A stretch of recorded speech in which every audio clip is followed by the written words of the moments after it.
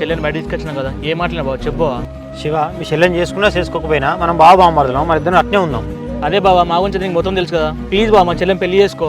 శివ, నువ్వు ఒక్కటి ఆలోచించు, మీ చెల్లె వేరే వాళ్ళని లవ్ అవుతుందా నాకు తెలిసినాక నీ ఎట్లా పెళ్లి చేసుకుంటే చెప్పు. బావా ఇగో దాని వయసు 20 సంవత్సరాలు, దాని వయసులో అందరికి ఇట్లే అనిపిస్తుంది బావా, మనమే అర్థం చేసుకోవాలి. ఇక అయినా బావా దానికి బాధ్యతలు అంటే ఏంటిది, కుటుంబం అంటే ఏంటి ఏం తెలియదు బావా, ఇదంతా అట్రాక్షన్ బావా దానికి. శివ, నీ చెల్లెని పెళ్లి చేసుకున్నా కూడా నాతో సంతోషంగా ఉండదు, మళ్ళీ రేపు పొద్దుగాల వాంతో వెళ్ళిపోతుంది. ఏ ఊక బావా, నువ్వు అట్లా డౌట్లు ఏం పెట్టుకోకు, పెళ్లి చేసినా ఎట్టిపోతుంది బావా అది.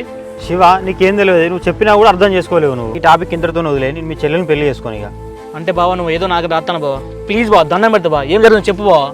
ఆల్రెడీ వాళ్ళిద్దరు పెళ్లి చేసుకున్నాను, ఒకసారి బయటకు వెళ్ళిపోయారు కూడా. ఆ విషయం నీకు తెలుసా? ఏంది బావా, నా చెల్లి అంత పని చేసిందా? అసలు ఈ విషయం నాకు తెలియదు బావా. అందుకే కదా నీకు చెప్పేది, కార్తీక్ వాళ్ళు అని చేయబట్టే మళ్ళీ తిరిగి వచ్చిల్లు వాళ్ళు. ఈ చెల్లెని చేసుకుంటే ఇక నాతో ఉంటుందని ఎట్లా అనుకుంటాను నువ్వు? అబ్బా చెల్లె, నువ్వు ఇంత మంచిదని అనుకున్నానే, నా తెలియకుండా ఇంత దొంగేసలు ఎత్తాను అనే. మీరు బలవంతం పెడతారని నేను చేసుకుంటే రేపు పొద్దుగాల పెళ్లి అయినాక కార్తీక్ అంతా పోదా నాకు ఏమైనా రాసి పెట్టిస్తారా మీరు? గంత తెగించిన తర్వాత మేమేం చెప్తాం బాబా, ఊళ్ళో మొత్తం పర్వంతమైనట్టే బావ. ఇక వాళ్ళు వెళ్ళిపోయి మళ్ళీ పెళ్లి చేసుకుందాం అని అనుకుంటారు, ఇప్పటికైనా కూడా వాళ్ళ ప్రేమ నొప్పుకొని వాళ్ళకి పెళ్లి చేయి. ఏం మాట్లాడుతున్నావు బావా? అసలు మా చెల్లె మా గురించి మా అమ్మ గురించి ఆలోచిస్తున్నా బావా. ఇక వాళ్ళు ఆల్రెడీ పెళ్లి చేసుకుందామని తెగించిళ్ళు, ఏం చేసినా మనం ఆపలేం.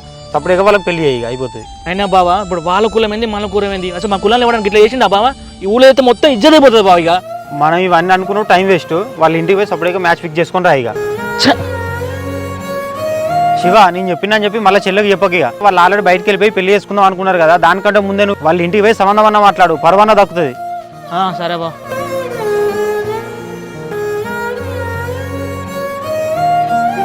బావ బయటకు తీసుకుపోయి ఏం మాట్లాడింది బిడ్డ? నన్ను అడిగితే నేనేం చెప్తానమ్మా, బావని అడుగు, బావ చెప్తాడు. గట్లా అంటానవేంది బిడ్డ? పెళ్లి గురించి ఏమన్నా మాట్లాడిండా? చేసుకుంటానన్నాడా బావ? మళ్ళీ అట్లనే మాట్లాడతావేందమ్మా? నేను చేసుకుంటే కార్తీక్నే చేసుకుంటా, కార్తీక్ తప్ప ఇంకెవ్వరిని చేసుకోను. బిడ్డ బావతో ఇట్లా మాట్లాడినావా? నీ విషయాలన్నీ బావకు చెప్పినావానే? నేను బావతో ఎందుకు చెప్తానమ్మా? నాకు తెలియదా మాత్రం ఎక్కడ ఎవరితో మాట్లాడాలో? బిడ్డ మా మాటి నేను ఈ దండం పెడతానే అన్న ఎంత బాధపడుతుంటో చూస్తాను కదనే. నువ్వు అన్న పడే బాధను చూస్తాను కానీ నేను పడే బాధను చూస్తలేవా అమ్మా? చూస్తానా బిడ్డ, నీ బాధ చూస్తానా అన్న బాధ చూస్తానా? నడవ నేను ఏం చేయాలి బిడ్డ? అమ్మా నేను కార్తీక్ తప్ప ఇంకెవ్వరి పెళ్లి చేసుకోను.